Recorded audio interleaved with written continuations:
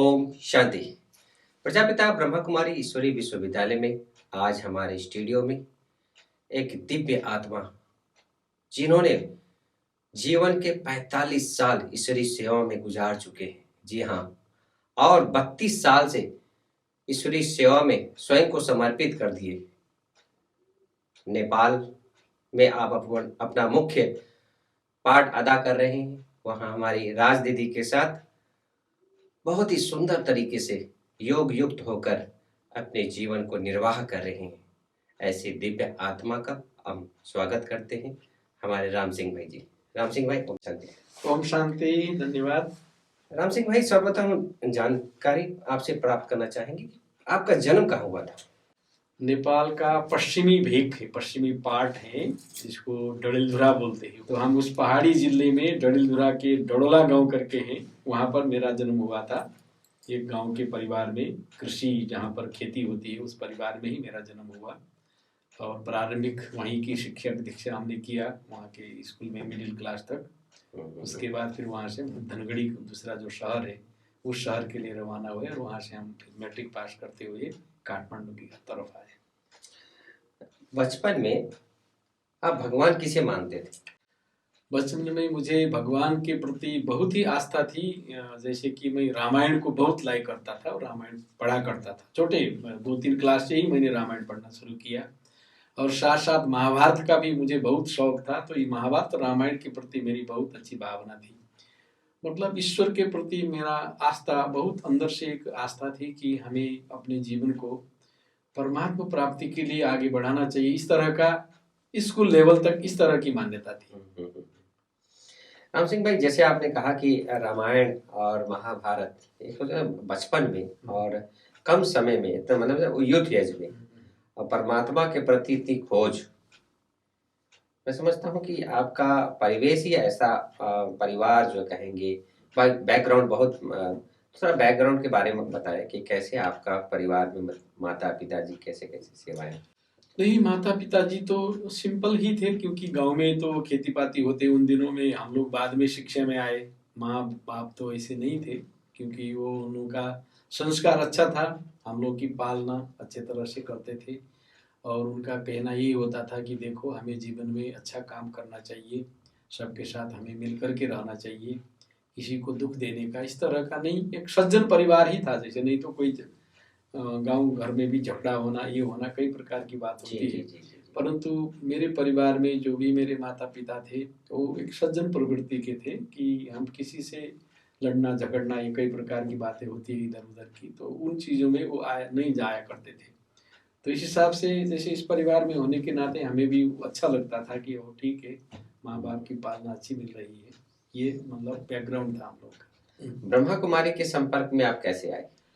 क्या था कि गांव की पढ़ाई के बाद हमने मैट्रिक धनगढ़ से किया, उसके बाद हम फिर इंजीनियरिंग पढ़ने के लिए काठमांडू में आए। इंजीनियरिंग कॉलेज में हमने ज्वाइन भी किया।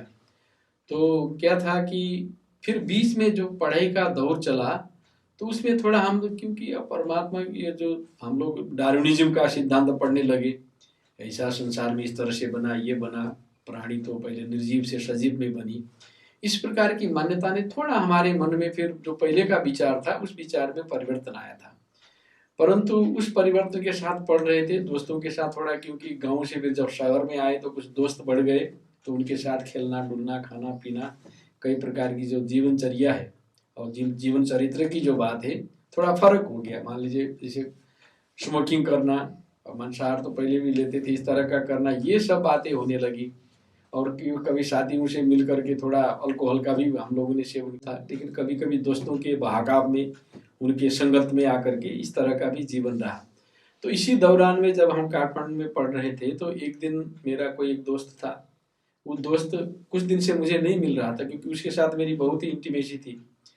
तो कहाँ गया करके ऐसे हमने सुना, तो दूसरा कोई मेरा और दोस्त था, तो बोला नहीं, वो भाई तो अभी भ्रकुटी मंडप करके वहाँ का बहुत अच्छा प्रदर्शनी स्थल है, वहाँ कोई आध्यात्मिक कार्यक्रम चलता है, उसमें जाकर के वो वहाँ संबंध उसमें एफिलिएटेड हुआ है, और जाकर के वहाँ पर वो थोड़ा लोगों को समझाना, कुछ फार्म भराने का काम कर रहा है। हमने उस दोस्त को बोला चलो हम जाते हैं। उसको थोड़ा उल्टी सुल्टी बात कह करके, टेढ़ी मेढ़ी बात कह करके उसको वहाँ से हम लोग मतलब ऐसा करेंगे कि क्यों भाई, अभी हमारी जिंदगी तो जवान है, हम लोग खाने पीने में कहाँ कहाँ जाना है। उसमें क्या उम्र थी राम सिंह उस भाई? समय में मेरी 21 वर्ष की उम्र थी, सर 21 ईयर्स ऐसा ही था। तो फिर वहाँ गया, तो जाकर के जब मैंने वहाँ जाने के बाद देखा तो भाई फॉर्म भरा रहा था। मैंने कहा राजेंद्र भाई थोड़ा इधर आओ, क्या है? नहीं, बोला थोड़ा मैं फॉर्म भरा रहा हूँ, क्योंकि राजयोग शिविर का था ना, काम चल रहा था वहाँ पर।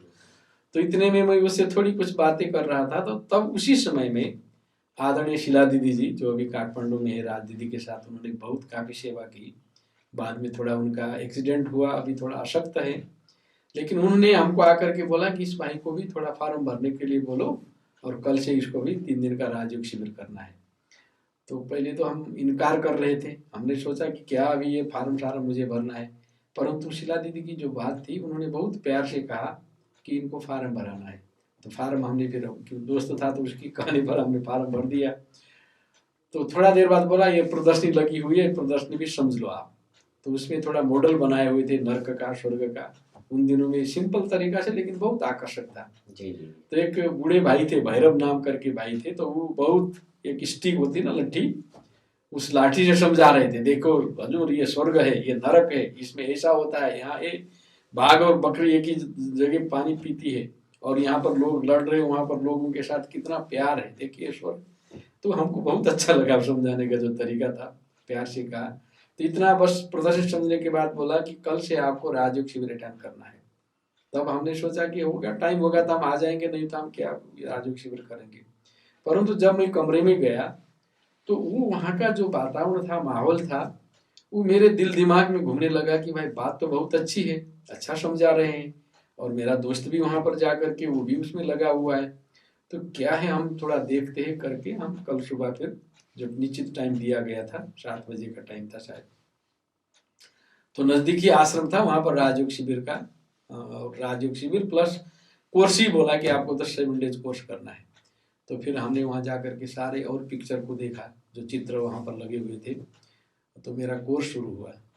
कोर्स करते करते जब मैं, अब 4 दिन का कोर्स हो रहा था, चौथे दिन में जब सृष्टि चक्र की बात आई, तो थोड़ा उसमें जो कोर्स कराने वाली बहन जी थी, उनके साथ मेरा डिस्कशन होने लगा। मैं कन्विंस नहीं हो रहा था कि कैसे साइकिल इतने छोटे समय में रिपीट होता है, क्या बात आप बता रहे हैं। तो थोड़ी मेरी आवाज़ बड़ी थी, तो शीला दीदी ऊपर से जैसे मतलब इंस्पेक्शन करते हैं ना, क्या कर रहा है, किस तरह से, क्या समझने के लिए आया है या थोड़ा अलग करने के लिए आया। तो बाद में फिर दीदी ने बोला कि हाँ ये भाई तो बहुत जानकार है, इसके पास बहुत अच्छी बुद्धि है, इसको बस हो गया, इसका कोर्स पूरा हो गया, अभी प्रदर्शनी समझाएगा। अब बताइए, हमने 4 दिन का कोर्स किया, हमारा कोर्स कर दिया, फिर बोला एक प्रदर्शनी को समझो आप पहले अपने आप। हम जाते जाते जब प्रदर्शनी देख रहे थे क्लास में, तो हमें त्रिमूर्ति के चित्र पर थोड़ा लगने लगा कि हम तो 4 मुख के ब्रह्मा को देखे थे, परंतु यहाँ पर तो एक व्यक्ति को ब्रह्मा बना के रखा है। इस तरह का सोच भी था, लेकिन वो चित्र बाबा का हमें बहुत ही अच्छे तरह से आकर्षित कर रहा था कि ये कोई है इस तरह का त्रिमूर्ति चित्र हाँ, देख हाँ, उस त्रिमूर्ति चित्र में। तो इस तरह से फिर आगे की बात हुई, तो हम फिर जाने लगे क्लास में, इस तरह का कोर्स। आज 45 साल हो गया, 45 आप साल रेगुलर क्लास में जाते हैं। अवश्य। उसमें एक बहुत अनोखी बात कहे या जीवन की बहुत अच्छी बात यह है कि वहां पर बाबा की जो जीवन कहानी है ना, जीवन को पलटाने वाली अद्भुत जीवन कहानी, बहुत सुंदर किताब, वो किताब था सुंदर वहां रखा हुआ। अब मुझे तो हफ्ता दिन ही हुआ था, तो वहां देखा, हमने कहा किताब मुझे पढ़ना है। तो दीदी बोल रहे थे कुछ दिन पहले समझ लो, उसके बाद पढ़ना। परंतु किसी तरह से मैं किताब को अपने हाथ में लिया। अच्छा। मैंने उस रात में जाकर के पढ़ना शुरू, शाम का करीब करीब टाइम था, मैं कमरे में गया, कमरे में जाकर के पढ़ना शुरू किया। हमारे साथ तिलक भाई थे, हम दोनों भाई एक ही रूम पार्टनर थे। इतनी अच्छी बातें लगने लगी उस किताब में, क्योंकि अब कईयों को पढ़ने के लिए बोलते हैं, उन लोगों को इतना उसमें इंटरेस्ट नहीं, हमको तो इतना उसमें अभिरुचि हुई जैसे कुछ ये मेरे बाप की कहानी या कुछ मेरे से संबंधित है। जितना जितना उस अद्भुत जीवन कहानी को पढ़ने लगा, पढ़ते पढ़ते मेरी आंख से बहुत प्यार के अश्रु भी खसने लगे, गिरने लगे। मुझे लगा कि बाबा सचमुच ये तो परमात्मा का ही कमाल है। जैसे कन्विंसिंग बात होती है ना, परमात्मा ने ही ये कार्य किया है, और ब्रह्मा में स्वयं निराकार परमात्मा शिव बाबा आकर के ये कार्य करा रहे हैं। और एक दिन में कितने कितने विघ्न आए, वो बहुत हमको द्रवीभूत करते थे। और फिर भी परमात्मा की शक्ति से कैसे पार हो गए, ये सारी हमने उसको उस रात में ही हमने खत्म किया। देखिए इतना हमको अभिरुचि आ गई। तो वो जो अद्भुत जीवन कहानी थी, बाबा की जीवन कहानी सचमुच अद्भुत ही थी, मेरे लिए तो एकदम ही अद्भुत थी। हमने कहा बस यही ठीक है। वास्तव में ये जो किताब है कई लोगों के जीवन को जी परिवर्तन किया, जी पलट दिया, राम जैसा वैसा काम किया। मेरे जीवन का अनुभव तो यही है कि सचमुच इतने छोटे समय में, क्योंकि थोड़ा चर्चा पर्चा तो होती है, लेकिन वो जो था मेरे दिल को जैसे टच किया कि ये रियलिटी है, इसमें जो चीज है वो सचमुच हम आत्माओं को बहुत प्यार स्नेह, वो पढ़ाई में पढ़ना ही नहीं, इतना उसमें आनंद आ रहा था, इतना प्यार आ रहा था, इतना कुछ मिल रहा था, अंदर ही अंदर आत्मा जैसे भरपूर हो रही थी, एक संतुष्टता भी हो रही थी और एक प्यार की तनाव आकर्षण होती है ना उस किताब में। ये किसकी जीवन कहानी है? ऐसे महापुरुष की जीवन कहानी जिसके साथ स्वयं परमात्मा जुड़े हुए हैं, ये जरूर ये सच ही है। हमने तो उसको सच ही माना। ये मेरा जीवन का बहुत अच्छा अनुभव रहा। उसके बाद तो फिर ज्ञान में चलते गए, आगे बढ़ते गए। दोस्तों, जैसे राम सिंह भाई जी ने सुनाया कि जीवन को पलटने वाली अद्भुत कहानी, ये आपको किताब ब्रह्मा कुमारी सेवा केंद्र में आप जरूर जाएं और वहां से आप जरूर कलेक्ट करें और उसको पढ़ें। वास्तव में आपके जीवन को परिवर्तन कर देगा, जैसा नाम वैसा काम। राम सिंह भाई, जिस प्रकार से परमात्मा को कहते हैं तुम ही हो माता पिता सखा बंधु कहते हैं, लेकिन जब आप ब्रह्मा कुमारी में आए तो ये चीज आपको पता चल गया कि मेरे माता भी हैं, पिता भी हैं, सखा भी हैं परमात्मा। तो सबसे अच्छा संबंध परमात्मा के साथ कैसा अनुभव आप अनुभूति करते हैं? नहीं, मुझे तो 3 संबंध और चौथा बाबा का जो है ना फ्रेंड का संबंध बहुत अच्छा लगता है। खुदा दोस्त। मुझे खुदा दोस्त का, और लगता तो बहुत अच्छा है। माता पिता से हम कितनी अच्छी पालना और प्रेम स्नेह पा रहे हैं। देखिए, क्योंकि ये पारलौकिक माता पिता स्वयं परमात्मा और ब्रह्मा दोनों हमारी माँ और बाप के रूप में अलौकिक इतना अच्छा चीज है, वो प्यार भी उतना ही आकर्षित करता है। और फिर जब हम बाबा को एक टीचर रूप में देखते हैं तो बाबा ने हमारा तीसरा नेत्र खोल दिया है और ज्ञान की इतनी सच्चाई हमें बता दी है। आज हम आत्मा को, परमात्मा को, तीनों कालों को, तीनों लोकों को और कर्म सिद्धांत को इस तरह से जान गए हैं कि हम बड़े बड़े लोगों के साथ जब बातें करते हैं तो हमारे में एक कॉन्फिडेंस होता है कि हमने जो सत्य को पाया है ये कहाँ इन लोगों को मालूम है। बात की दुनिया के हिसाब से बहुत बड़े विद्वान है, कई प्रकार का रिसर्च भी किया हुआ है, परंतु जो चीज हमने पाया है, हमारे टीचर ने जो दिया है, ये कितनी ऊंची बात है। ये भी बहुत शान की बात होती है, वो भी मुझे बहुत अच्छा लगता है। और साथ साथ जब कभी कुछ बात आती है तो परमात्मा मेरा दोस्त है, भगवान के साथ मेरी इतनी अच्छी दोस्ती है, मेरी हर बात को परमात्मा सुनता है, या मेरी जो दिल की बात है अगर मैं सच दिल से परमात्मा के आगे रखूं तो वास्तव में परमात्मा उन बातों को स्वीकार करते हैं, समाधान भी देते हैं। और बहुत ही जैसे कि नजदीक का अनुभव होता है, जैसे फ्रीली होता है ना दोस्त के साथ, अपनी सारी बातों को हम शेयर कर सकते हैं। दिल की बात जो है, दिल की बात उनको उनके आगे रख देते हैं और दिल की बात होती है और रिस्पांस भी लगता है कि हम परमात्मा मुझे रिस्पांस दे रहे हैं। बाकी तो हम जानते हैं परमात्मा हमारा सदगुरु भी है, इतनी वरदानों से हमारी झोली भर रहे हैं परमात्मा, जिसका कोई हिसाब नहीं है। तो कई बार इन चीज़ों को जब स्मृति में रखते हैं, बहुत स्मरण होता है, तो लगता है कि हम कितने लक्की है, कितने हम भाग्यवान आत्माएं हैं कि वर्तमान समय में इस संगम में स्वयं परमात्मा हमारे माता पिता के रूप में पालना दे रहे हैं, शिक्षक के रूप में इतनी ऊंची शिक्षा जो दुनिया वालों के मन मस्तिष्क में नहीं है, वो ज्ञान भी हमको मिला है।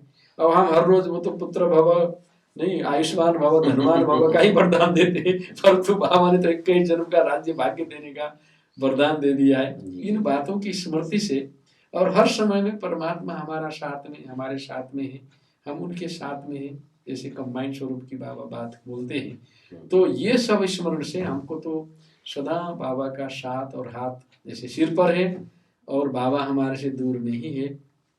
इसी परमात्मा के साथ के नाते से ये अभी तक का जो सफर है इतने समय का, कभी भी हमको दुनिया में एक आकर्षित होना, ये करना, हम देखते थे हमारे साथ भी कई दोस्त आए, फ्रेंड्स आए, कुछ दिन आए, कुछ रहे, कुछ दिन भी चले, कुछ वर्ष चले, फिर कई प्रकार की बातें तो आती है ना जीवन में, परीक्षाएं तो आती है, क्योंकि हम नहीं होता है। इस प्रकार के यात्रा में है और इस पढ़ाई में है तो परीक्षा तो आएगी ही। परंतु हमारा अनुभव यही रहा कि जो भी हुआ, जहाँ भी रहे, जिस तरह लेकिन हम सदा सेफ रहे और बड़ों के आशीर्वाद में भी हम पलते रहे। अवश्य। यहाँ ये भी आपने अच्छी बात उठाई है विजय भाई जी, क्योंकि राज दीदी जी, शीला दीदी जी, हमारा शुरू से यही रहा कि जो निमित्त बहनें हैं, जिन्होंने बाबा ने निमित्त बनाया है, हम कभी भी उनकी बातों को इनकार करना नहीं तो कई प्रकार की इधर उधर की बातें क्या क्या करते हैं, हमको कभी भी ऐसा मन में नहीं आता है भाई आखिर उन्होंने हमें आध्यात्मिक जन्म दिया है, उनके द्वारा इतनी हमें हमारे जीवन को मार्गदर्शित किया, स्पिरिचुअल लीडर के रूप में है, तो इनका बहुत ही सम्मान करना चाहिए। सचमुच राज दीदी जी के प्रति, शीला दीदी जी के प्रति मेरे दिल में तब भी सम्मान था, अब भी है और सदा रहेगा। कभी भी हम दीदियों के कोई होता है ना इधर उधर की बातों में नहीं जाते हैं, और सदा उनकी बातों को, क्योंकि दुआ और आशीर्वाद है बड़ों की, तो ये दुआ और आशीर्वाद हमारे जीवन में बहुत अच्छा है। और दीदियों का भी अच्छी हमें पालना मिली है और उनका विश्वास पात्र भी, इसलिए विश्वास भी करते हैं कि राम सिंह भाई ठीक है, तो इसलिए उन्होंने सेवा के लिए भी हमें मौका दिया हर प्रकार से। शुरू में जब आते थे तो इतनी थोड़ी हमें योग्यता थी, बाद में सेवा करना, भाषण करना, टीवी में जाना, पत्रिका में लिखना, किताब में जाना, ये सारी बातों का जो श्रेय है उन्हों के एक सही मार्ग निर्देशन और सही श्रीमत कहेंगे, बाबा की श्रीमत के अनुसार उन्होंने जो भी किया उस आधार पर जीवन सुरक्षित भी रहा, सेफ भी रहा और उन्नति प्रगति भी अच्छी रही, और कभी कोई प्रकार का तनाव या कई प्रकार की बातें भी, झरमी झुमी की बातें बोलते हैं ना, इन बातों में जाना नहीं होगा। बाबा जिस प्रकार का समय सापेक्ष हम बच्चों को जो ज्ञान सुना रहे हैं कि बच्चे तुम्हारी मनस्थिति क्या होनी चाहिए, चित्तवृत्ति क्या होनी चाहिए, तुम्हारी स्मृति क्या होनी चाहिए, दृष्टि कितनी शुद्ध होनी चाहिए, और हम जो योग का अभ्यास करते हैं शुरू में बहुत अच्छे अच्छे ज्ञान के पॉइंट को मंथन करते हैं, उसके बाद फिर हम ऐसा करते हैं कि नहीं अब मुझे सूक्ष्म वतन और मूल वतन की तरफ जाना है, अभी साकार से फिर आकार और उसके बाद निराकार में।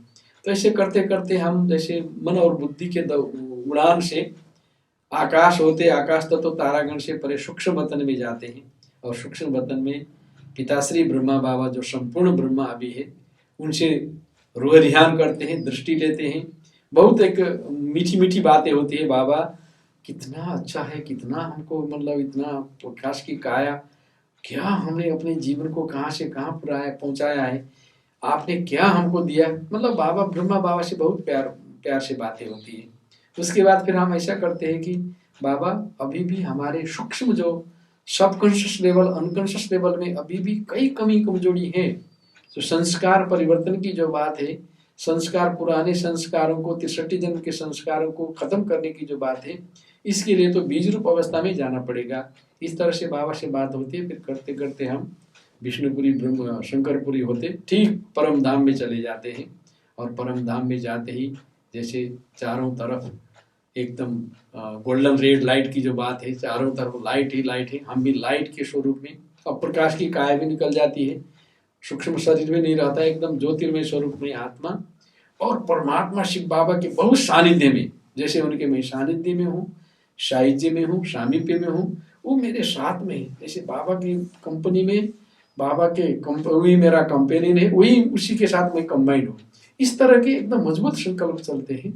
तो बीज रूप अवस्था में बाबा से यही कहते हैं कि बाबा मेरे अंदर में जो अभी कमी है, आपसे जो इतनी प्रखर तेज तपस्या की शक्ति मिल रही है, उन प्रखर तेज रेज के द्वारा, किरणों द्वारा मेरे अंतस्करण में जो अभी भी सूक्ष्म सूक्ष्म रूप में कहीं कहीं जो अनकॉन्शियस लेवल तक भी है, वो संस्कार जैसे परिवर्तन हो रहे बाबा की शक्ति मिल रही है। इस तरह का मैं अभ्यास करता हूँ। और समय सापेक्ष बाबा ने जो भी बताया है कि बच्चे आप लोगों को, अब दुनिया के लोग इतने थक चुके हैं, इतने कमजोर है, वो ज़्यादा सुनने वाले नहीं है, परंतु आपको योगदान देना है, प्रकाश देना है। तो मेरी रोज की दिनचर्या में अमृत बेला में ये होता है कि अपने लिए किया कमती में 10 मिनट, फिर हम दुनिया के सब दुखी अशांत पीड़ित आत्माओं को जैसे प्रकाश देने की ये इस तरह का अभ्यास करते हैं। और साथ साथ प्राणी जगत को भी सतोगुणी बनाना है, जितनी वनस्पति को भी बनाना है, और पंच तत्व को भी सतोगुणी बनाना है, इनको प्रकाश देने का अभ्यास करता हूँ। जैसे ऊपर में लाइट हाउस बन करके परमात्मा बाप दादा से करंट आ रही है, वो करंट रेज के रूप में, बिलियंस रेज के रूप में सारे संसार के पंच तत्व को, सभी मनुष्य आत्माओं को, प्राणी जगत को और वनस्पति को, ये सभी को जैसे स्वच्छ शुद्ध बनाने का कार्य कर रहे हैं। ये योग अभ्यास का रहता है। उसके बाद जो हमारी दिनचर्या है, जो जिस तरह से हम हल्के हुए थोड़ा अपना थोड़ा एक्सरसाइज करना, नहीं थोड़ा अपने शरीर की सफाई करना, फिर जो क्लास रेगुलर बाबा की मुरली का क्लास होता है, वो मुरली का क्लास बहुत प्यार से बाबा के महावाक्य सुनना और उनमें चिंतन करना, इस तरह का जो रूटीन है वो ठीक रहता है। तो उसके बाद दिन में जो बाबा के घर की सेवा होती है, कभी कहीं मिलना, किसी से जाना, कोई कहीं निर्माण होता है, कहीं किसी भाई बहनों से मिलने का होता है, क्योंकि कोरोना काल में तो थोड़ा इतना संगठित रूप में तो मिल नहीं पाए, फिर भी वर्चुअल का भी कार्यक्रम चलता है। नहीं, ऑनलाइन सेवाएं ज्यादा हो, हाँ, ऑनलाइन सेवा से ज़्यादा सेवा होती है। ये कार्यक्रम चलते रहते हैं। और शाम में भी फिर हम लोग 6:30 से 7:30 बजे का जो नुमा शाम का योग है, उसको भी भरसक मिस नहीं करते। कभी स्टेशन आउट हो जाते, जो अपने परिसर के साथ जो निर्माण हो रहे हैं वहाँ पर, या छालिंग में और पर नगरकोट में, वहाँ कभी जाना होता है, परंतु नहीं तो जनरली हम लोगों का ये जो है, मतलब मेरा जो पर्सनल अपना अभ्यास होता है, ये टाइम निकालना ही है, क्योंकि नुमा शाम का योग भी बहुत जरूरी है। और दिन में फिर जिस तरह की बात होती है, कहीं सेवा के लिए, कहीं दीदियों का कुछ होगा, कोई कार्यक्रम होगा, तो इस तरह का दिनचर्या, मतलब जो एक रेगुलर दिनचर्या बनी हुई है, उसको कभी मिस नहीं करते। और शाम में भी सोने से पहले प्यारे बाबा को बहुत प्यार से गुड नाइट बाबा, अब आपके साथ जो भी मैंने दिन भर किया सब आपके आगे है करके, इस तरह का मेरा जो दिनचर्या है, वो दिनचर्या रेगुलर इस तरह का रहता है, जिससे स्थिति बहुत अच्छी बनी रहती है। और सुबह जब गुड मॉर्निंग उठते ही जैसे फ्रेश होकर के उठना और बाबा की याद के लिए फिर रेडी हो जाना, ये मेरी दिनचर्या इस तरह से चल रही है। बहुत सुंदर। जिस प्रकार से आप सुना रहे थे, मुझे ऐसा लग रहा था, जो बाबा कहता है जी, कि बेगमपुर के बेफिक्र बादशाह, आपने अंत काल में जो आपने कहा कि सब कुछ देकर हम सो जाते, तो वास्तव में ये चार्ट देना, चार्ट लिखना, ये ब्राह्मण का कर्तव्य होना चाहिए, और जिसमें आप माहिर हैं। राम सिंह भाई, जब आप ज्ञान में जब समर्पित नहीं हुए थे, उससे पूर्व 13 साल आप लौकिक और अलौकिक दोनों का बैलेंस कैसे रखे आप? क्योंकि हमने कभी भी यज्ञ के तरफ जो मेरा झुकाव था, दीदियों से जो मेरा प्यार था, स्नेह था, यज्ञ का जो निर्देशन था, उसमें मैं ठीक रहा। और साथ साथ माता पिता भी थे, कई प्रकार से माता पिताओं का कुछ दूसरा था, लेकिन उनके साथ भी सब मैंने प्यार से निभाया। उनकी आज्ञा को जैसे वो समझते थे कि भाई ये जीवन ऐसे चलेगा, इसी तरह से का होगा, क्या है, कई प्रकार से उन्होंने किया अपोज अपनी तरफ से। लेकिन बाद में माता जी तो ज्ञान में चल गई, माता जी समझ गई कि नहीं, सबसे बड़ा तो माता जी का होता है ना। जी। माता समझ गई बहुत अच्छा है बाबा का ज्ञान, ये इसमें ठीक है, मेरा बच्चा लगा हुआ है तो अब हम छोड़ देते हैं, जितना पहले हमने जो किया, लेकिन अब इसमें चलने के लिए हमारी तरफ से छुट्टी है। तो मुझे लगता है कि हमने उनकी भी सम्मान की बात, उनके रेख देख की बात अपनी तरफ से, जो क्योंकि मैंने सर्विस भी किया, उनको मतलब जो मुझे अपने तरफ से सहयोग करना था, उसको मैंने कभी कम नहीं किया। और दीदियों के आज्ञाओं के अनुसार क्या करना चाहिए माता पिता के लिए, तो उन्होंने बोला ठीक है, माता पिता को देखने होता है, क्योंकि हम घर के एक ही बच्चे थे। परंतु हम जिस मार्ग पर चले हैं, हमने जिस दृढ़ता को अपनाया है, ये पवित्र जीवन, राजयोगी जीवन, सर्वोपरि जीवन है। चाहे जो भी हो, दुनिया वाले तो बोलते हैं ना, वो हमारा वंश विनाश हो गया, फलाना हो गया, क्या क्या क्या क्या, उनको विभिन्न हर प्रकार की बात सुना करके, बातों में दुनिया वाले टोल वाले लोग नहीं होते हैं, अपन तो लोग, वो तो बहुत उनको उस्काने का कार्य किए। माता जी तो कन्विंस हो गई, माता जी तो खुद ज्ञान में चल गई, बाबा बाबा, उनके तो दिल दिमाग में भी होने लगा। लेकिन पिताजी को इतना नहीं हुआ था। फिर वो भी क्या करे, हमारे आगे वो भी कुछ बोल नहीं सकते थे, क्योंकि हमारी अपनी ही एक लगन थी। लगन के आधार पर, स्नेह के आधार पर कभी उनका डिसरिगार्ड भी नहीं किया, परंतु हम अपने उसमें स्टिक ही रहे। भले उन्होंने कई प्रकार के और तरीके अपनाए, कई कुछ करना क्या, लेकिन हम अपनी जगह ठीक रहे। तो मेरा बैलेंस ही रहा, देखिए कोई इस तरह का नहीं, बैलेंस ही हम फिर आगे बढ़ते रहे। राम सिंह भाई, जैसे कि काफी लंबा समय होता है, 32 साल समर्पित जीवन व्यतीत करना, तो एक 32 साल में आपने सुनाया भी कि कई हमारे साथी आए, साथ चले गए। अब कहाँ चले गए, वो हम आप जान रहे हैं, लेकिन आपके जीवन में भी कुछ न कुछ परिस्थितियां आई होगी। ऐसी कोई परिस्थितियां बताएं जो आपने बाबा की याद में पूर्ण किया और बहुत स्मूथ रीति से वो, ऐसे कोई घटनाएं हो आपके जीवन में। बहुत बड़ी घटना तो मैं समझता हूँ मेरे इस मार्ग पर नहीं आई है। नहीं हुई था कि पिताजी के तरफ से, क्योंकि इसको हमें गृहस्थी बनाने के लिए कुछ करना है, जैसे वहाँ होता है ना ज्योतिषी को दिखाना और पंडित को दिखाना और वहाँ दामी जाकरी होते उनको दिखा करके इसका मन कैसे परिवर्तन करे करके उन लोगों का ये जो भी करवाया ऐसा था अल्लाह करके। लेकिन उसको हमने पहले से ठिका, देखो इस तरह का हमारे पास आपको व्यवहार नहीं करना है। वो जो आया था दामी जाकरी बोलते हैं ना वहाँ पर, हमने पहले बोला कि आप पहले जो इतना भगवान का हम हमारे में देवता आता है करके बोलते हैं, परंतु आप स्मोकिंग कर रहे हैं, तम्बाकू नहीं खाते हैं, तो इसको पहले छोड़िए, तब जाकर के हमारे साथ आपको बात करना है। आप क्या, तो ये जो छोटा मोटा उन्होंने अपने तरफ से एक रचा इस तरह का, लेकिन उससे मुझे कोई फर्क नहीं पड़ा। बाकी वो कभी वो फिर बोलते बाबा हमारा क्या हो गया हमारा बच्चा करके, फिर जब मोह की बात आती है ना, उस मतलब दुख व्यक्त करना, शोक व्यक्त करना, लेकिन उसमें भी हम अपने आप को संभाले कि ठीक है अब ये तो मोह ममता की बात है, उनके लिए लग रहा है क्योंकि उनके पास एक ज्ञान नहीं है, परंतु हमें तो ज्ञान है ना। आखिर हम आत्मा जन्म जन्मांतर के लिए ये इस जन्म में इनके पास आए, इनका स्नेह प्यार है, इनकी ममता है, परंतु हम तो परमात्मा के बच्चे हैं। परमात्मा में 21 जन्म तो क्या कई जन्म की बात बता रहे हैं। तो इस तरह से हमने फिर ज्ञान के हिसाब से अपने को संभाला और कोई इतनी बहुत बड़ी घटना नहीं आई। और सेवा के दौरान में, सर्विस के दौरान में कभी कुछ ऐसा, मान लीजिए इलेक्शन के कहीं हम लोग गए, इलेक्शन में हम लोग को एक अधिकृत बना करके भेजते थे, वहाँ पर जो समस्या आती थी उसमें भी हमने बहुत प्यार से सबका एक स्नेह सहयोग से उन सारी चीजों को निपटाया। और कभी लोग विरोध भी तो करते हैं ना उसमें, लेकिन उन सभी बातों को करते हुए भी हम अपने आप को सब ठीक रखें। हमें स्पष्ट और सत्य पर काम करना है, तो उस आधार पर जब करते गए तो हर प्रकार से जैसे सेव ही रहे। नहीं कोई इतनी बहुत बड़ी परिस्थिति इस दौरान में इतना फेस नहीं करना पड़ा। हमारे जीवन का अनुभव यही है। बहुत सुंदर। राम सिंह भाई, पूरे भारत ही नहीं, पहले पहले भारत में राजाओं का बहुत बड़ा नाम था। नेपाल के राजा का भी आपने बहुत बड़ी अच्छी सेवाएं की।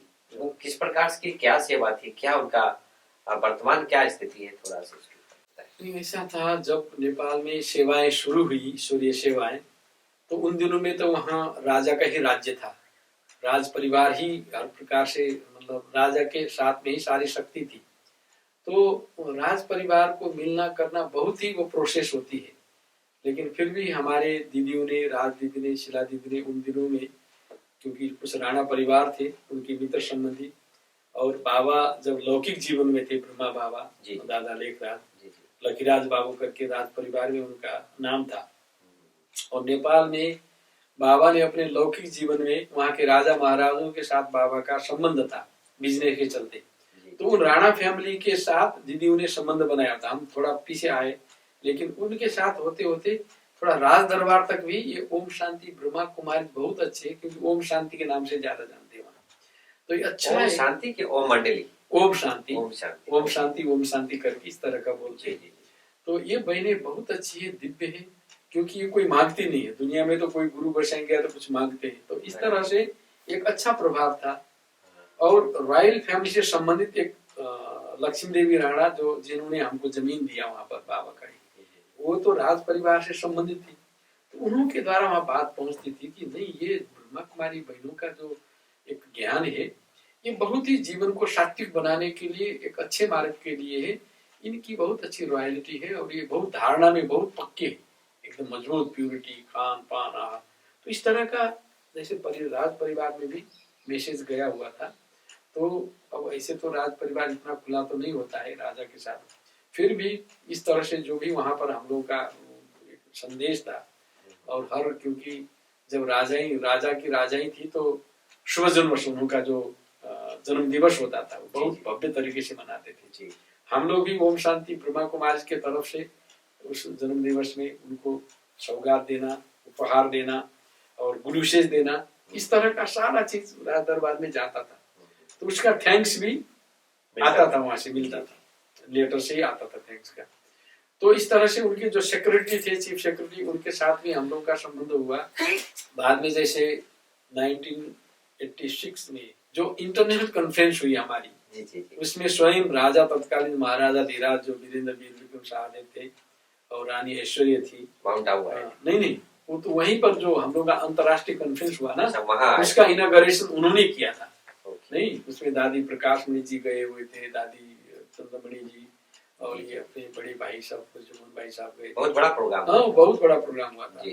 उससे जैसे परिवार, राज परिवार में भी, क्योंकि वो बोले थे कि हम 45 मिनट के लिए ही, सिर्फ ओनली 40 मिनट, लेकिन बाद में वहाँ का माहौल ऐसा बना, 43 राष्ट्र के हमारे भाई बहने, विदेशी भाई बहने भी थे। तो करते करते जबकि उनकी जो बच्ची होती है ना, मतलब बेटी की बेटी, उसका अन्नप्राशन भी था, अन्न खिलाने की, इसलिए उनको हतार में जाना जल्दी था। लेकिन वहाँ का ऐसा माहौल बना, वो बहुत प्यार से 1.5 घंटा तक रहे, सबसे मिले, बहुत प्यार से सबसे मिले। तो एक अच्छा परिवार का संबंध ऐसा था। और बहुत समय में दादी प्रकाश मणि जी भी जाकर के राजा से मिली दरबार में, दादी गुलजार जी भी जाकर के दरबार में मिली। इस तरह से राज परिवार की सेवा भी बहुत अच्छी हुई। अभी तो देखिए फिर वहाँ परिवर्तन की बात है, अभी थोड़ा परिवर्तन आया है, वहाँ डेमोक्रेसी आई है, अभी तो राज परिवार भी नहीं है। जैसे तो आप मिलने जाते हैं इस समय? नहीं, उनको हम लोग मिलने जाते हैं कभी जन्म दिवस में, और उनको उपहार भी देते हैं समय में, तो ठीक है। क्योंकि जब ये शिवानी सिस्टर को हम लोग ने इनवाइट किया स्पेशली, एक कार्यक्रम हम लोगों ने राज परिवार के लिए रखा था। अब राजा तो यहाँ जब बहिर्गमन हो गए राजा से, तो यहाँ जल्दी आए ना अपने 12-15 टीम के साथ, रानी, राजा और उनके जो सब आए थे, सब उनकी बहन और उनका दामाद जो था, वो सब आए थे। वो बहुत प्यार से मिलकर के आए। जब शिवानी बहनी का कार्यक्रम किया, बोला हम तो वहीं मेरे घर में होकर के आए। तो उनकी जो बहू थी ना, हिमानी, सरकार घर की हिमानी जो है, उनकी बहू के अध्यक्षता में सारे रॉयल परिवार के बहुत 200 लोग थे करीब। अच्छा, शिवानी सिस्टर के उसमें 2 घंटा का कार्यक्रम चला। तो इस तरह से रॉयल फैमिली में भी बाबा की सेवा अच्छी है। बाकी वहाँ के जो भी उन दिनों में भी जो प्राइम मिनिस्टर हुआ करते थे, या मिनिस्टर्स थे, या सुप्रीम कोर्ट के चीफ जस्टिस थे, और साथ साथ अभी भी जो प्राइम मिनिस्टर है या मिनिस्टर लोग हैं, अभी तो वहाँ हर प्रांत में चीफ मिनिस्टर भी हो गए हैं। लेकिन ब्रह्मा कुमारी का जो नेटवर्क है कंट्री वाइज नेपाल में, इतना अच्छा है, और सब जानते हैं कि भाई आखिर ब्रह्मा कुमारी जो कार्य कर रही है, ये अच्छा कार्य कर रहे हैं, और इनकी धारणा, इनके जीवन पद्धति में इतनी अच्छी बात है। नहीं तो कई बात देखते हैं हम, तो पॉलिटिकल क्षेत्र के जो भी बड़े लोग हैं, प्राइम मिनिस्टर से लेकर के मिनिस्टर्स वगैरह, और न्यायिक क्षेत्र में और प्रशासन क्षेत्र के जो सेक्रेटरीज होते हैं, और इधर जो फोर्स में, प्रहरी, पुलिस में या आर्मी में, सबको जैसे ब्रह्मा कुमारी का एक परिचय सबके पास है, सब एक सम्मान की दृष्टि से देखते हैं। देखिए ये प्रभाव तो नेपाल में मानना पड़ेगा, ये बहुत ही अच्छा है। हर एक समझेंगे हाँ ओम शांति ब्रह्मा कुमारी, ठीक है, ओम शांति का बहुत अच्छा है। तो इस हिसाब से वहाँ के बड़े लोगों की सेवा राजनीतिक क्षेत्र में हो, चाहे सामाजिक क्षेत्र में हो, चाहे न्यायिक क्षेत्र में हो, हर जगह अच्छी सेवा चल रही है। और रॉयल फैमिली में भी जैसे हमारा सब जो भी संदेश है बाबा का चला गया है, बाकी समय अनुसार का जो परिवर्तन है। बाकी ये बात एक वहाँ की हमारी बात बहुत अच्छी सबको लगती है, क्योंकि राजनीति में तो कोई कुछ पार्टी का, कोई किस सिद्धांत का, कोई किस सिद्धांत का, अपनी बात होती है ना, परंतु हम लोग सबके हैं, सबके हैं ना, उसके भी है, उसके भी है, चाहे वो सरकार में आए, चाहे वो सरकार में आए, उनका क्या, जिसने क्या, उससे हमारा कोई लेना देना। हम सबकी सेवा करें बहुत प्यार से, सम्मान से, हम सबके हैं, सब हमारे, सब हमारे। तो ये बहुत अच्छी बात है। वो भी ये समझते हैं कि भाई सबका सम्मान है, उनका सिद्धांत अपना अपना होगा, लेकिन हमारे तरफ से तो सबका भला हो, सब अच्छे बने, सब महान है, इस तरह की जो सोच है, इस आशा आधार पर ब्रह्मा कुमारी की तरफ सभी लोगों का बहुत ही अच्छा दृष्टिकोण है, और बहुत ही सम्मान की दृष्टिकोण से देखते हैं। और हमें कोई अगर सेवा कुछ करनी है तो सेवा के लिए मौका भी देते हैं। इस तरह का अच्छा प्रभाव मानेंगे मुल्क में, देश में अच्छा प्रभाव ब्रह्मा कुमारी का है। राम सिंह भाई, जैसे आपके जीवन का जी आदर्श किसे मानते हैं आप? हम अपने जीवन का आदर्श, क्योंकि जो हमें बाबा ने धारणा बताई है कि बच्चे तुम्हें सदा हर्षित रहना है, सदा पवित्र रहना है, अपने मन से, अपने वचन से, अपने कर्म से, संबंध संपर्क में सदा सबके साथ आत्मभाव से होकर के रहना है। यही पुरुषार्थ हम करते हैं। इसी पुरुषार्थ में कहीं कमी तो नहीं है, कहीं कुछ तो नहीं हो, इस तरह का हम देखते हैं। तो लोगों को भी लगता है हाँ ये भाई लोग अपने जीवन के लिए, अपनी धारणा के लिए अखंड है, मजबूत है, अच्छा है। तो यही हम धारणा को ही अपना आदर्श बनाते हैं। बहुत सुंदर। बाबा ने जो हमें ज्ञान दिया है, उस ज्ञान को केवल सुनाने तक ही नहीं, लेकिन हमारे जीवन से भी कुछ झलके ना, हमारे जीवन से भी, चरित्र से, जीवन चरित्र से उसका प्रदर्शन हो, ताकि लोगों को विश्वास हो ये खाली कहने वाले नहीं है, परंतु उस चीज को अपने जीवन में स्वरूप में धारण करके लोगों के आगे एक आदर्श है, नमूना, सैंपल के रूप में है। तो इस तरह का अपना जीवन बनाने में ही हमें अंदर से रुचि है, और उसको देखते हैं कि कहीं मेरे कर्म से, मेरे वचन से, मेरे व्यवहार से लोगों को ऐसा न लगे कि वो ओम शांति में जाकर के भी इसकी ऐसी बानी है, अथवा ओम शांति में ब्रह्मा कुमारी में इतने वर्षों से तपस्वी है, लेकिन ये ऐसा बोलता है, या ऐसा कर्म करता है, या इस तरह का व्यवहार। ये ही हम बहुत ध्यान देते हैं। उच्च मार्ग पर हमको जीने का एक टाइम दिया है, मौका दिया है, शुभ अवसर दिया है। और बाबा ने जो कहा है कि बच्चे तुम्हें मनुष्य को ये एहसास कराना है, ये उन्होंने विश्वास दिलाना है कि सचमुच ये अच्छे लोग हैं, और ये अच्छे किसने बनाया है? परमात्मा ने बनाया है, ताकि हमारे द्वारा परमात्मा की प्रत्यक्षता हो।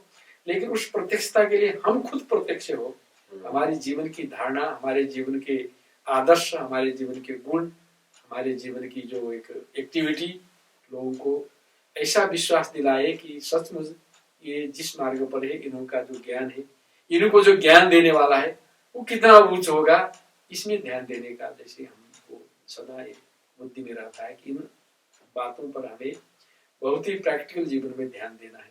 इस तरह से आगे बढ़ रहे हैं और चल रहा है। बहुत सुंदर।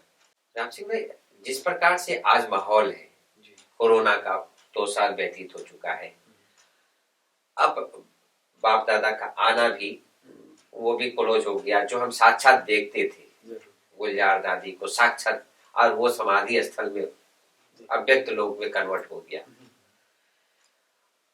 आजकल के जो ब्राह्मण आत्माएं हैं वो भी दिन प्रतिदिन कुछ कुछ साधनों सुविधाओं में अपने आप को बिजी रखे।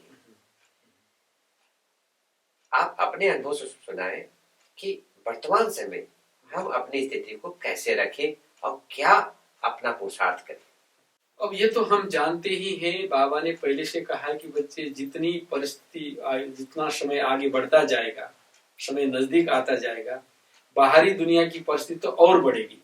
फर्स्ट और सेकंड लहर में तो ऐसा हुआ कि परिवार वाले शरीर छोड़ते हैं, उसका कोई परिवार वाला जा भी नहीं सकता है, उनके शव को भी गवर्नमेंट लेकर के वो उनका दाह संस्कार करती है। देखिए कितनी करुणामयी बातें थी। वो इतना अकेला बैठा हुआ है, कोई परिवार वाले जा नहीं सकते हैं, तो कितनी दुखद की बात है। जैसे मान लीजिए मानसिक ट्रॉमा था, मन में बहुत बड़ी धक्का थी लोगों के पास। ये चीज नेपाल में भी था? हाँ था ना, नेपाल में बहुत काफी चला ना नेपाल में। फर्स्ट और सेकंड लहर तो बहुत ही दुखद रहा। हम तो सोचे थे भारत में देखा हमने। नहीं ऐसा नेपाल में भी काफी रहा भाई जी, ऐसा ऐसी बात नहीं है। तो ये परिस्थिति तो और आगे इससे और विकराल होगी। ये तो एक रोग की बात बाबा बता रहे थे, प्रकृति की आएगी, लोगों की आएगी, नियम की आएगी, कानून क्या क्या होगा।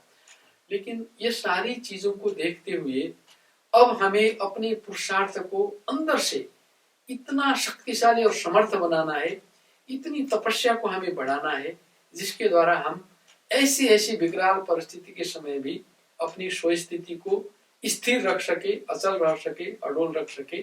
इसके लिए हमें बहुत ही सूक्ष्म पुरुषार्थ करना है। जहां तक हम आजकल सेवा तो करते हैं, बाबा ने बताया है कि बच्चे सेवाधारी भी बन गए हैं, ज्ञान सुनते भी हो, सुनाते भी हो, और विश्व कल्याणकारी और ज्ञानी तो आत्मा भी बन गए हैं, और हर प्रकार से हमको बहुत ही चीज मिला है। भाग्यवान आत्मा भी हम ही है, सही बात है। परंतु अब जो समय चल रहा है, इस समय में हमें बहुत ही न्यारा और प्यारा रहना है और निर्लिप्त रहना है। मान लीजिए संसार में किसी व्यक्ति में, वस्तु में, वैभव में, साधनों में, ये जो हमारे अल्पकालीन चीज मिले हुए सेवा के साधन है, परंतु इन साधनों में हमें फंसना नहीं है। अंदर से हमें बेहद का वैराग्य होना चाहिए। मेरा तो यही मानना है कि अंदर से हम सभी चीजों से ऐसे डिटैच्ड हो जाए, ऐसी बेहद की वैराग्य वृत्ति हो कि बस अब हमें घर चलना है और फिर उसके बाद हमें नई राजधानी में आना है। अब इस दुनिया से हमें कोई लेना देना नहीं है। जितने समय बाबा ने हमको यहाँ दिया हुआ है, बहुत खुशी से, बहुत ही बेफिक्र बादशाह बन करके, हर आत्मा के कल्याण के और हित के लिए सोचते हुए हमें अपनी दिनचर्या को या अपने जीवन को बहुत ही लाइट और माइट हल्का बनाना है। और ऐसा बनाएंगे तो जरूर साधन होते हुए, स्रोत होते हुए, व्यक्ति के साथ मिलते हुए, हर प्रकार की वस्तु वैभव को यूज करते हुए भी उसमें हमारा अंकुश या उसके साथ लगाव या झुकाव या किसी का टकराव भी कहेंगे, फिर आजकल संस्कारों का टकराव भी तो है ना, क्योंकि बाबा का परिवार बहुत बढ़ गया है। लेकिन ये सारे माहौल को वैरायटी संस्कार वाले भी परिवार में है, ये सब देखते हुए बड़ी दिल रखनी होगी। हम तो कहते हैं कि थोड़ा दिल अपना बड़ा रखना होगा। हर आत्मा का अपना अपना पार्ट है। किसी को दोष दे करके उसी के पीछे पड़ने से भी कोई फायदा होने वाला नहीं है।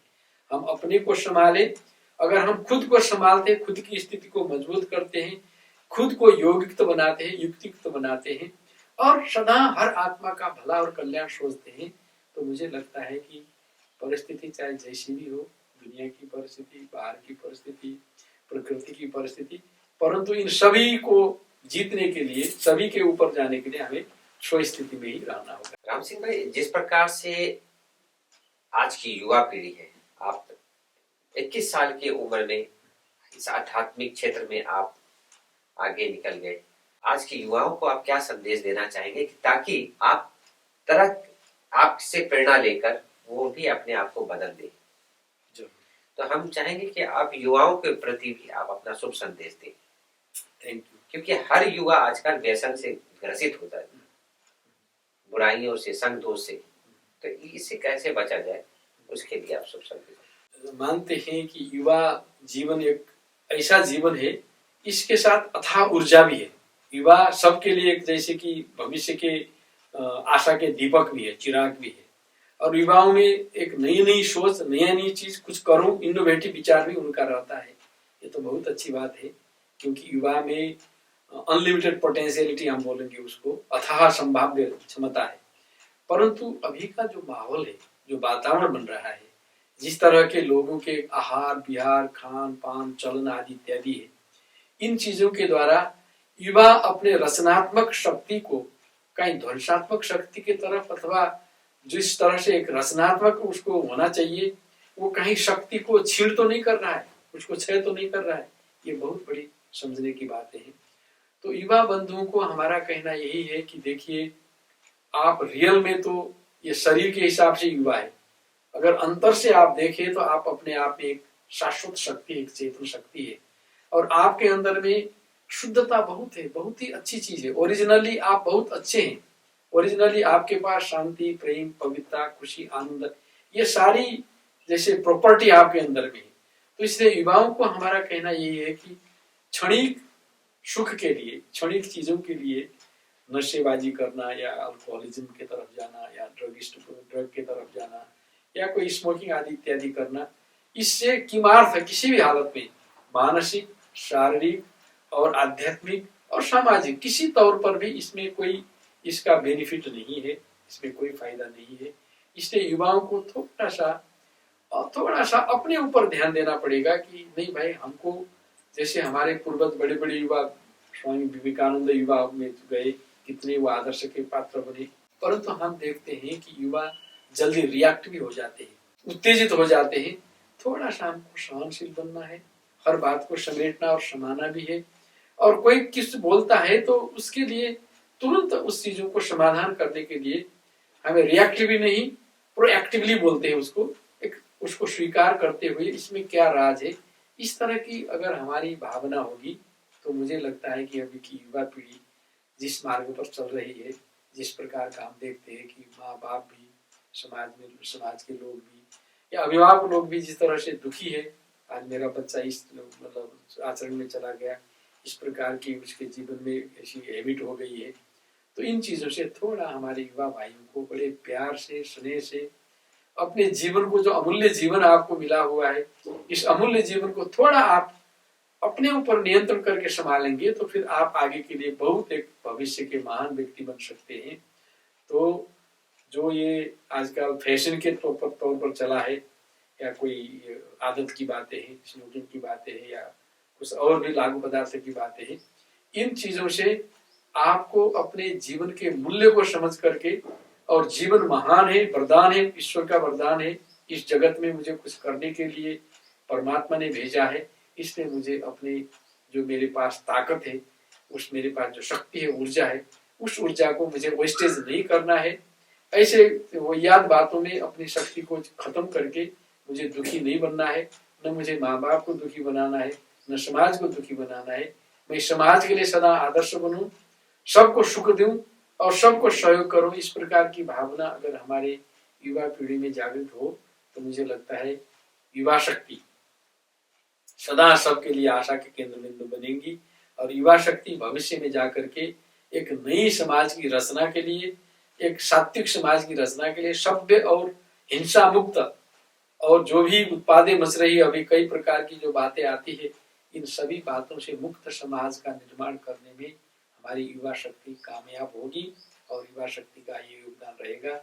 इसलिए युवा भाई बहनों को मैं सदा, आप जरूर कुछ आध्यात्मिक चिंतन के लिए भी करें। दुनिया में जो आप पढ़ रहे हैं, लिख रहे हैं, जो टेक्नोलॉजी सीख रहे हैं, स्किल डेवलप कर रहे हैं, वो भले करें, परंतु आप अपने इमोशंस, भावना, विचार को नियंत्रण करने के लिए थोड़ा सा आध्यात्मिक चिंतन करें, योग का भी अभ्यास करें। क्योंकि अभी अंतर्राष्ट्रीय क्षेत्र पर वेस्टर्न मुल्क ने समझा है कि केवल मेटेरियलिज्म के चकाचौंध से संसार सुखमय बनने वाला नहीं है।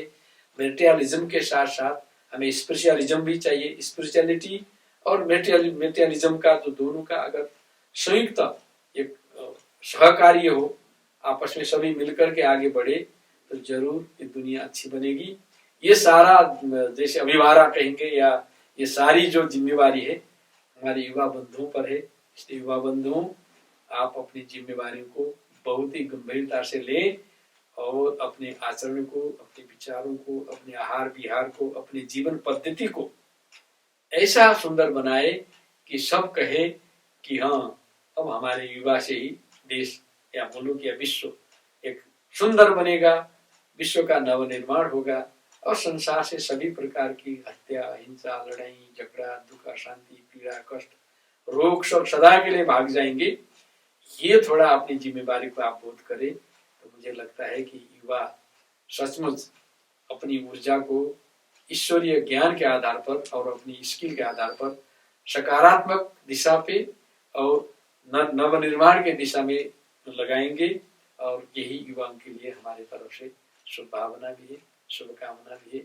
आपका भविष्य उज्जवल बने, यही परमात्मा से प्रार्थना भी है। दोस्तों, आज जिस प्रकार से हमारे राम सिंह भाई जी ने बहुत ही सुंदर तरीके से अपने जीवन को दर्शाया, इतनी छोटी सी आयु में एक आध्यात्मिकता के तरफ अपने आप को मोड़ लेना, यह आदर्श व्यक्तित्व की पहचान है।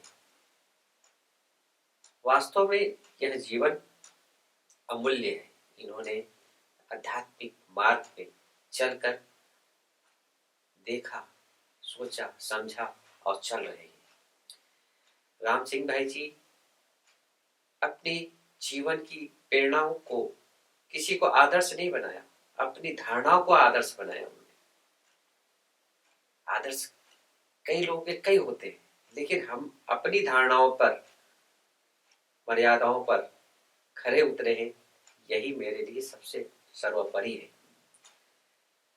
आज संसार कितना भाग दौड़ कर रहा है, लेकिन इन्होंने स्वयं को अंतर यात्रा में अपने समय, श्वास, संकल्प को दे रहे हैं और स्वयं को भी एक नया जीवन अनुभव कर रहे हैं। बेगमपुर के बेफिक्र बादशाह बनकर जीवन जी रहे हैं। उनके जीवन से हम प्रेरणा लें, हम उनके जीवन से प्रेरणा लें कि वास्तव में जीवन हो तो ऐसा हो। और आज की युवा पीढ़ी के लिए जो उन्होंने कहे, जो प्रेरणादायी शब्द कहे, जो भी हमारे इस एपिसोड को देखेंगे, जरूर आप अपने जीवन में जरूर परिवर्तन लाएं और एक किताब जरूर पढ़ें, और वह है जीवन को पलटने वाली अद्भुत कहानी। इसी संदर्भ में यह एपिसोड हम यहाँ पर समाप्त करते हैं। एक नई एपिसोड, नई समय पर एक नए व्यक्तित्व के साथ फिर हम आज हाजिर होंगे। तब तक के लिए ओम शांति। ओम शांति।